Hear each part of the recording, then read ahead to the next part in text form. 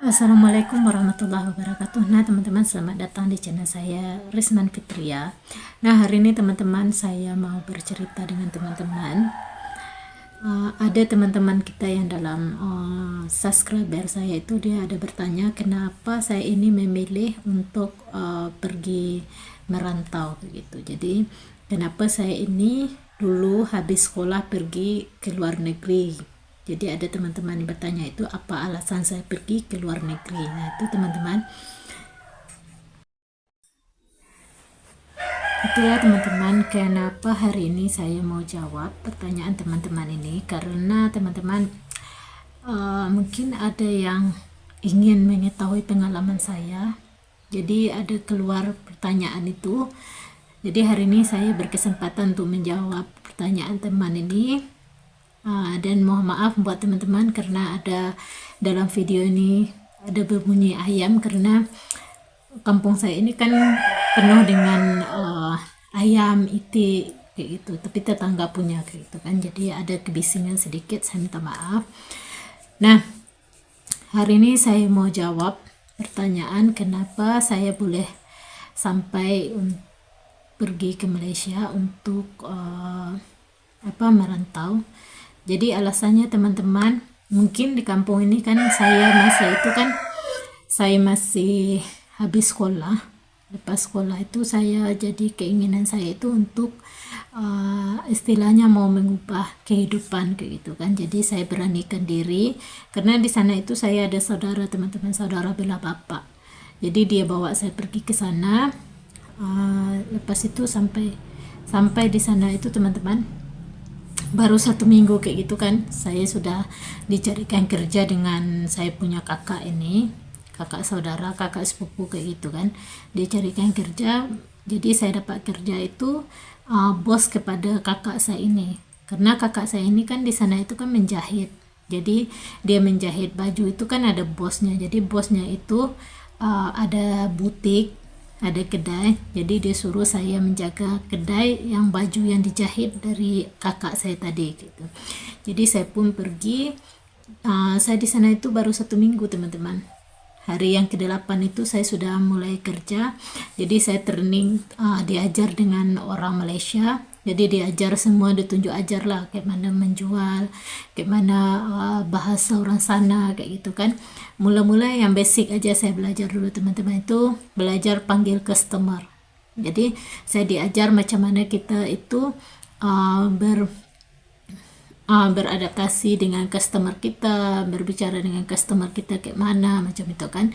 Jadi saya semua diajar dalam 1 hari itu diajar. Besoknya saya terus jaga kedai itu teman-teman, 2 orang dengan saya punya manajer saya ini sebenarnya orang Indonesia, tapi dia mak ayah dia sudah merantau di sana, jadi dia pun lahir di sana kayak gitu, dia masih keturunan orang Indonesia.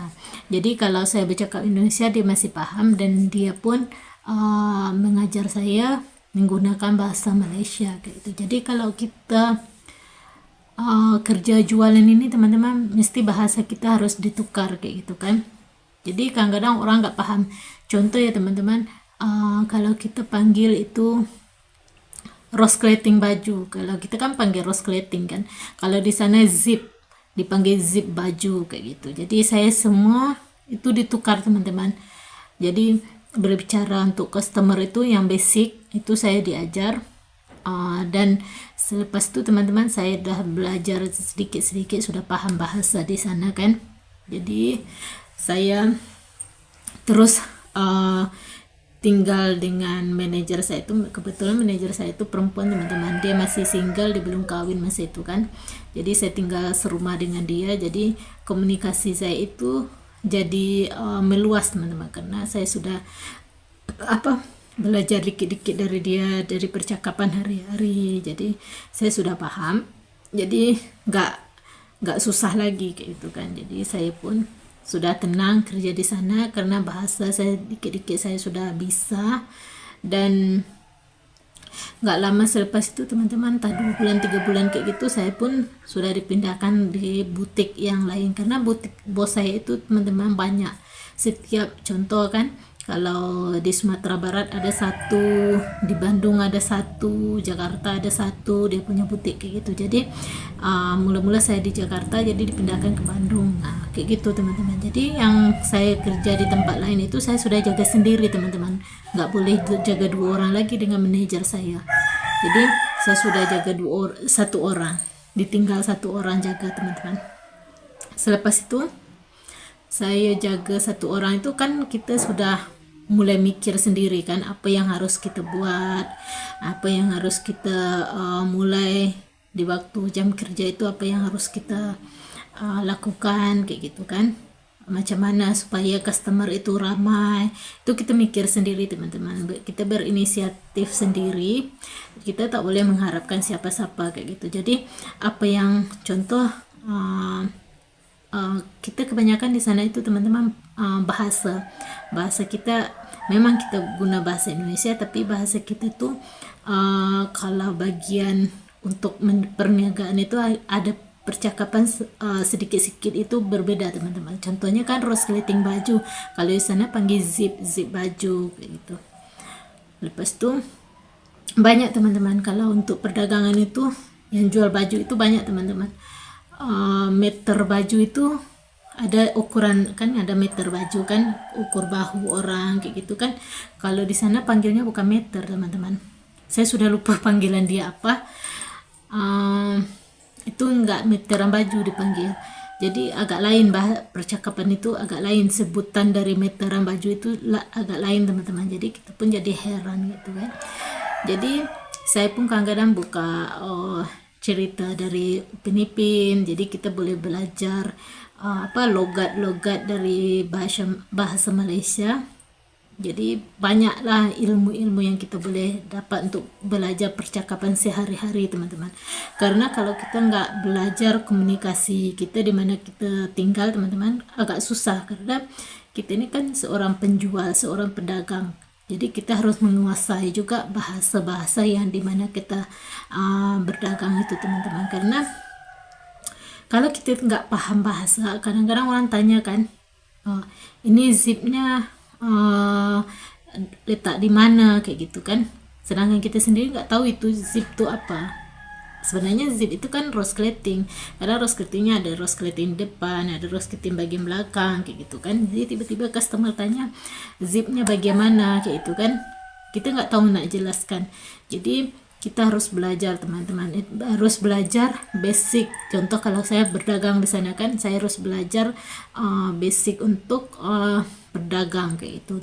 Kita nggak seharusnya teman-teman belajar bahasa yang seluas itu kayak gitu kan.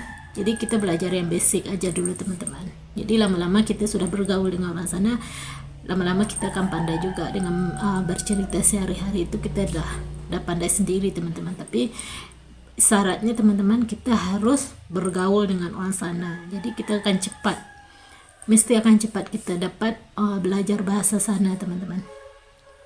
Jadi saya pun sendiri teman-teman, saya akui kadang-kadang saya itu teman-teman bercakap dengan sesama kita yang Indonesia, kadang-kadang terlepas juga bahasa Melayunya, karena saya ini kan orang Minang. Jadi bahasa Minang ini kan agak sama-sama juga dengan bahasa Negeri Sembilan. Negeri Sembilan itu negara di Malaysia teman-teman. Jadi ada juga terbawa logat-logat Minang di sana kayak gitu kan.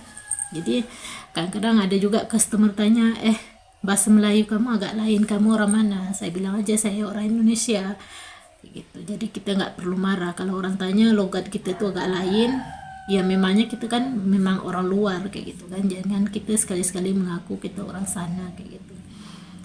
Nah itulah teman-teman pengalaman pertama saya kerja di sana, mulai pertama kerja di sana teman-teman. Inilah pengalaman saya, dan saya harus belajar dari